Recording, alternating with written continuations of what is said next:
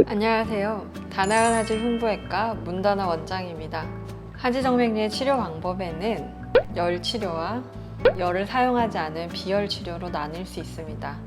열 치료든 비열 치료든 수술의 목적은 문제가 되고 있는 혈관을 우리 몸에서 막아주어 거기로 혈액순환이, 혈액이 흐르지 않도록 하는 데 목적이 있습니다. 열을 이용한 치료로는 대표적으로 레이저와 고주파 치료가 있으며 비열 치료로는 클라리베인, 베나실 등의 치료가 있습니다.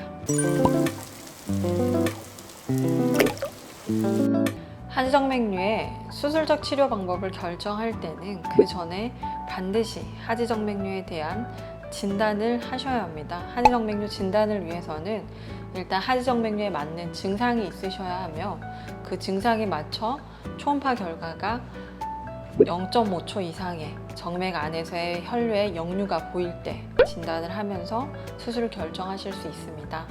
이런 경우 수술을 고민해 보실 수 있으며 보존적 치료인 압박 스타킹이나 생활습관 교정, 약물 복용 후에도 증상이 많이 남아있고 심하신 경우 수술을 고려해 볼 수 있습니다. 수술을 하시면 안 되는 경우들이 있는데 하지정맥류에 불구하고 수술을 하기 어려우신 분들은 이제 피부 표면에 있는 혈관이 아니라 더 깊은 혈관에 혈전, 즉 심부정맥 혈전증이 있으신 분이나 아니면 동맥에 문제가 있으신 분들 또는 임산부들 경우에는 수술이 어렵다고 생각하시면 될 것 같습니다.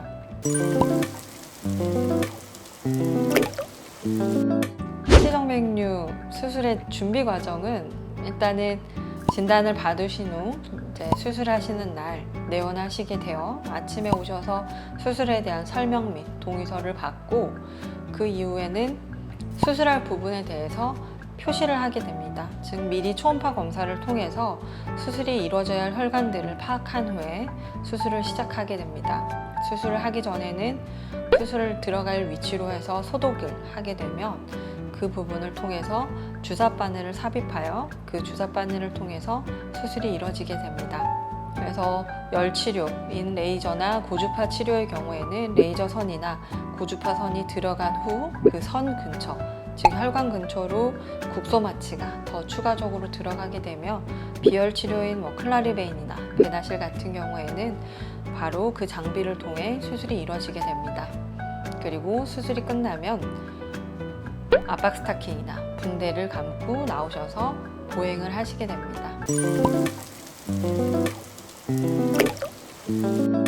수술 후 발생하는 불편감은 대부분 평균적으로는 2주, 길게는 한 달 정도 갈 수 있는 부분들이 수술 부위에 생기는 멍이나 수술 부위의 당김, 아니면 수술 부분이 딱딱하게 만져지거나 아니면 그 부분에 스쳤을 때 통증이나 저릿저릿함을 느끼실 수 있지만 대부분 시간이 지나면 좋아지시는 합병증이라고 생각되어집니다. 그 외 치명적인 합병증으로는 심부정맥 혈전증이 있을 수 있겠지만 대부분의 경우 수술 후 보행을 통해서 예방이 가능하며 열치료인 레이저 치료나 고주파 치료 발생할 수 있는 신경 손상의 가능성은 있으나 최근에는 초음파 장비의 발달과 그리고 수술한 위치에 맞게 수술을 함으로써 신경 손상의 가능성은 흔하진 않습니다.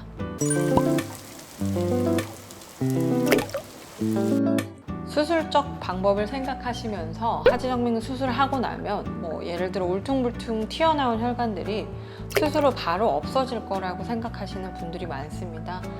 예전에 절개술을 통해서 그 혈관을 끄집어내는 경우에는 바로 그 혈관이 사라질 수는 있지만 비절개 수술을 통해 레이저, 고주파, 클라리베인, 베나실 수술만을 한 경우에는 울퉁불퉁한 혈관이 아직은 겉으로 남아있을 수는 있습니다. 그 부분이 딱딱하게 만져질 수 있습니다. 즉 수술한 혈관을 제거했다기보다 그 부분을 막아주고 나온 수술을 받으셨다고 생각하시면 될 것 같습니다. 그래서 막힌 혈관이 서서히 퇴화되면서 주변 조직들에 흡수가 돼서 그 혈관들이 서서히 없어지는 과정이라고 생각하시면 될 것 같습니다. 그리고 수술 후 회복 과정에서 중요한 건 가만히 쉬시는 것보다는 조금이라도 일상생활을 하시고 하루에 20-30분씩 하루 2-3번 정도 가볍게 걷는 운동을 통해서 수술 회복에 더 도움이 될 수 있습니다.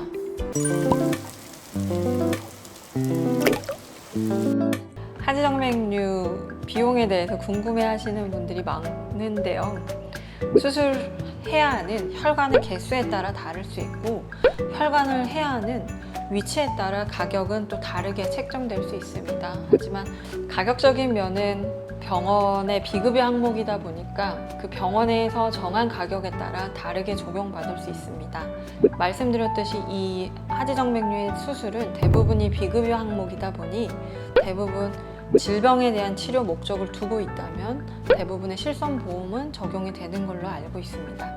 하지정맥류에 대한 수술적 비용은 실손보험이 적용된다고 해도 환자분들이 부담해야 하는 부분들이 있기에 다나하지 흉부외과의 경우에는 너무 많은 금액을 책정하지 않으려고 노력하고 있으며 적정한 금액을 책정하고자 합니다.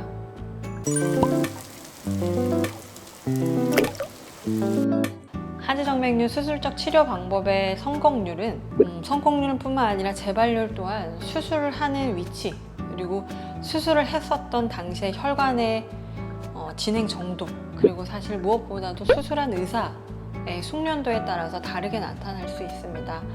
단순히 뿌리 혈관만을 제거하고 나머지 장가지들 남겨놓는 경우에는 그 장가지들로 인해서 재발률이 더 올라갈 수 있으며, 또한 수술 이후에도 관리되지 않는 혈관들은 또한 재발률이 더 올라갈 수 있습니다. 통계적으로 보면 10년 이내 재발률은 대략 60% 정도. 특히 하지궤양, 그러니까 피부 궤양까지 진행되신 분들이 또다시 하지궤양이 발생할 확률도 10명 하시면 그 중에 5명, 즉 50% 정도는 다시 재발할 수 있는 질환입니다. 그래서 하지정맥류는 수술이 끝이 아니라 수술이 시작이라고 생각하시고, 수술 이후에도 꾸준한 관리가 필요하며 수술 또한 정확한 진단과 꼼꼼한 초음파 검사를 통해서 재발의 원인이 될 만한 혈관들을 모두 치료해주고 거기에 대해서 사후 관리를 해주시는 병원을 선택하시는 것이 중요합니다.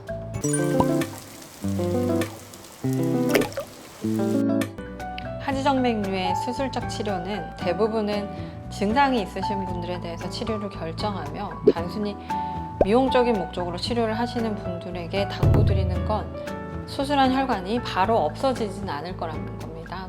서서히 없어지긴 하겠지만 적어도 한 6개월 정도는 겉에서 보일 수 있으며, 없어지는 과정에서 주변으로 멍이 더 든다든지 실핏줄이 더 도드라져서 없어지는 과정에서 미용적인 스트레스는 받을 수도 있다는 당부를 미리 드리는 부분이 있고, 아무래도 수술한 부분으로 인해서 피부에 착색이 이뤄지는 경우들도 있는데 대부분 없어지긴 하지만 길게는 1년까지도 갈 수 있는 문제이므로 그 부분에 대해서 충분히 고민하시고 결정하실 걸 설명드립니다. 더불어 꼼꼼하게 작은 혈관까지도 치료를 신경 써줄 수 있는 병원에서 진료받으시는 것을 권장드립니다. 하지정맥류 치료에 최선의 선택이 되고픈 다나하지 문다나 원장이었습니다. 감사합니다.